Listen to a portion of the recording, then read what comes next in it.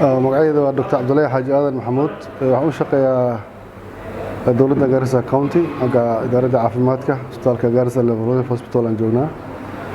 ilaahay ma iska leh subhanahu wa ta'ala ilaahay jana waafajiyay in maanta aan furno baal dahabe aga idaaradda caafimaadka Garissa County waxaana wali laga sameeyay Northeastern aan sameeynay taan ilaahay na waafajiyay mid kale dowladda Garissa County aad baan ugu mahadcelinaynaa ugu horeeyo gabanaha Nadiif Jaamac iyo maamulka isbitaalka Garissa ninka CEO-ga Mahad Salax aad bay ugu mahadsan yihiin dadaalkii juhdiga ay muujiyeen oo maartay qalabkan qalab qaali way oo qalab casri ah waxaan wali hor loo arkin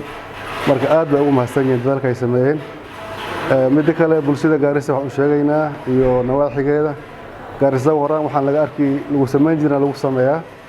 qalinadan waraan xalu aad jiray Nairobi dibadaha loo aaday jiray laga hadda alxamdulillah Garissa la keenay waa qalniin aanan maartay dilaac lahayn qofka maartay meel yar laga duleeliyaa qalab yar la galini haday noqoto xamiiti in laga bixiyo haday noqoto in laga bixiyo appendix xanuun fara badan jira lagu xalliyo arrintan marka Garissa waxaan sheegaynaa Garissa Level Hospital baaldaha loo furay waxay horaan Nairobi loo aaday jiray Garissa la keenay waxaa raacsan intaas iyadana endoscopy qofka u baahan in laga fiiriyo caloosha in laga fiiriyo mindhicirka in laga fiiriyo xariisada qalabka kulli Garissa Level Hospital la keenay marka Garissa waxaa leenahay soo dhawaada arrintan laga warqabo